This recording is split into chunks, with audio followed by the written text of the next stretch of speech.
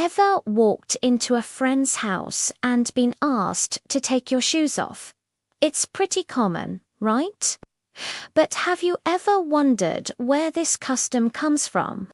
It's not just about keeping the floors clean. It's a story that stretches back thousands of years, woven into the fabric of cultures all around the world. Our story begins in the ancient world, particularly in the hot, dusty climates of the Middle East and Asia.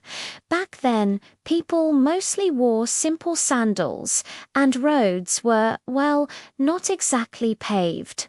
Imagine walking all day on dirt paths.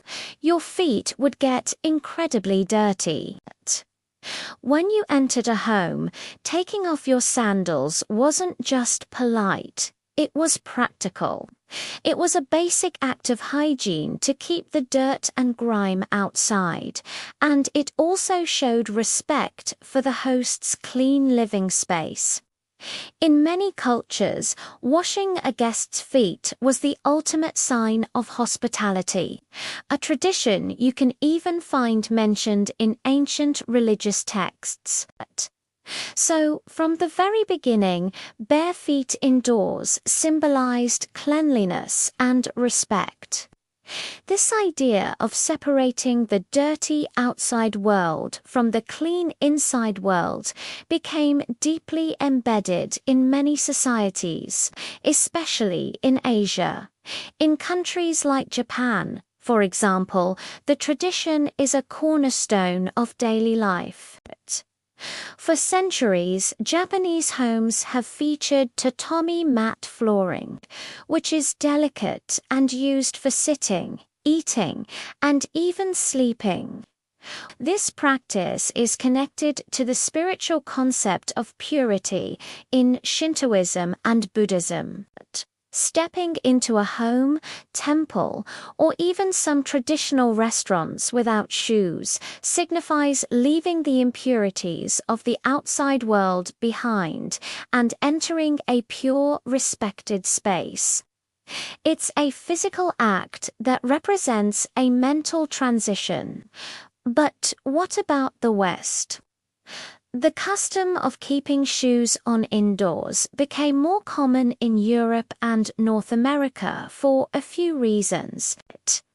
Firstly, the climate is often colder and wetter, so shoes provided necessary warmth and protection, even indoors. Secondly, as societies industrialized, homes were built with more durable flooring, like wood and stone, which were easier to clean. Keeping shoes on just wasn't as big of a deal. However, the idea never completely vanished. Think about the phrase "to be in someone's shoes," meaning to understand their perspective.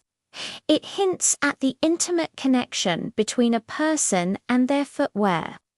Today, in our globalized world, these traditions are meeting and blending.